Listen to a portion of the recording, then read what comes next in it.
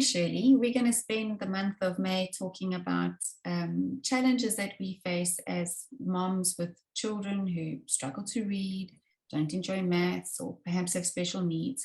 And today we're going to chat about when learning to read is hard, because it's some people just take to it like a duck to water, and other kids really struggle. So I'm going to throw it to you and say, what would be your top tip for moms when they're finding that learning to read is a real struggle for their little one? I think my first tip is wait. And it is inspired by one of the first parenting books I ever read when I started homeschooling, called Better Late Than Early. And the authors show that there's research from multiple disciplines that show that in general, the school system forces kids to start to learn to read too early for many of them. There are some that love to learn early. And, I've had one child who was reading quite well, 3-letter words by age 5, self-taught. But then there are others that are only reading properly at age 9 or even later.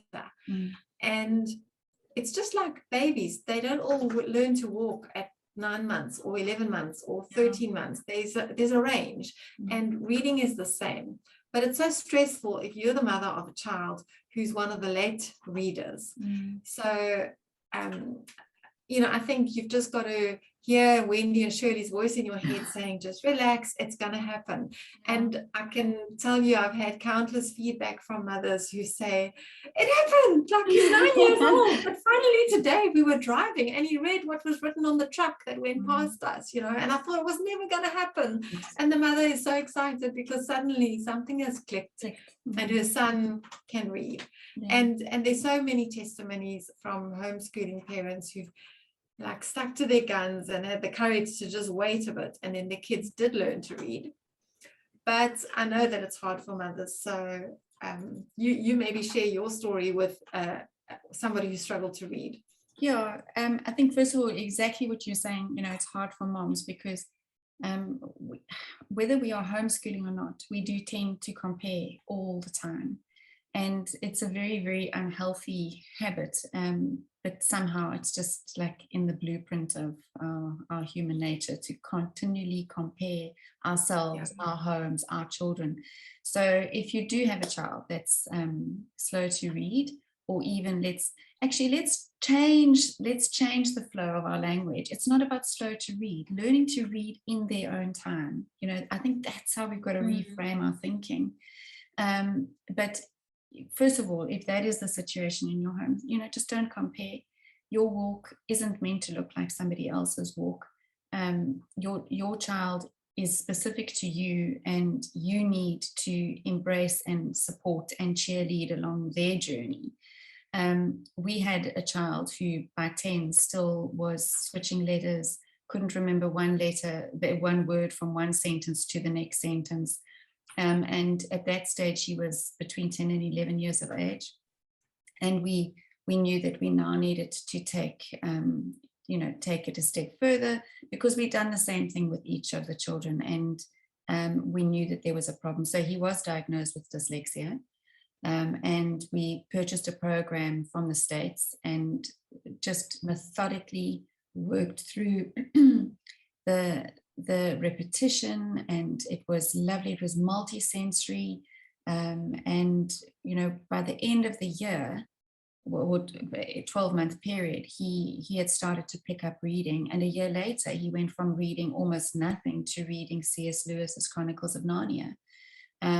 Today there is still quite a lot of spelling problems, so reading is fine, but spelling is a challenge.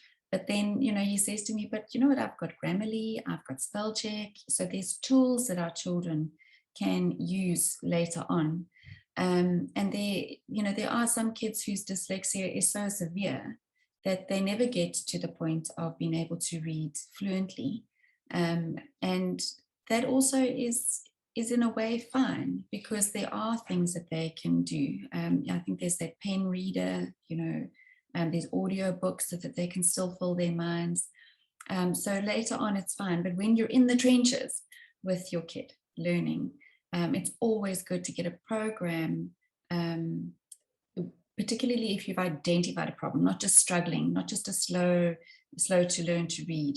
If you've identified that there is a problem, get a program that supports you. It's a safety net. You don't have to guess, you don't have to worry. You're just going to plod on methodically. The Book Connection now sells a program like the one that we use called All About Reading and All About Spelling, and the success stories that come from that, not just for kids with reading problems, but just that the foundation is there, is something for parents to look into. Would you offer moms other tips if their child is taking their time with learning to read? But learning phonics just is hard. So I think as long as you're seeing progress, just persevere and keep lessons short, keep encouraging your child. And then the important thing is also to keep reading to your children, because when you're reading aloud, there's a whole lot of reading skills that they're soaking up without you even being aware of it. They're seeing that you're reading from left to right. They're seeing how your eyes or your fingers maybe track the words on the page. They're seeing, if they're little kids, they're seeing that mom's reading the black and white squiggly letters, not the pictures. And just reading to your children not only teaches them those practical things, but gives them a love of stories and makes them want to read. And I think when they're more motivated, then there's going to be better progress than when it's just a drill and something that they have to do, and nobody's given them that love and modeled that reading is something valuable and important and enjoyable. So you've got to model that to your children. Yeah, 100%. And then also just to try and make it light and fun. I think that if our children feel a heavy descent on them, it's reading time, mom's sighing and the child is sighing. Sometimes you might need to just pause it and move to games and sort of tactile things.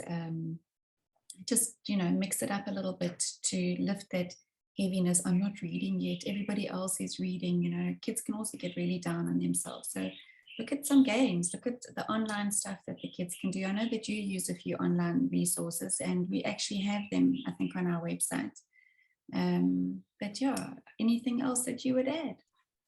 Yeah, we used to also just look at letters all the time on, packets of cereal or groceries in the cupboard, on trucks that we're driving past and road signs, and just make identifying letters and sounds and things part of what you do in everyday life. And with little kids, I think that just helps them to become familiar with that we read everywhere we go. It just makes it part of our daily lives. Yeah. And then another thing is that if you're seeing that there isn't progress, or there's just a constant struggle, sometimes it's not dyslexia, sometimes it's just children's eyesight isn't good, or if they've had a lot of ear problems and sickness in their early formative years, sometimes their auditory skills aren't properly developed.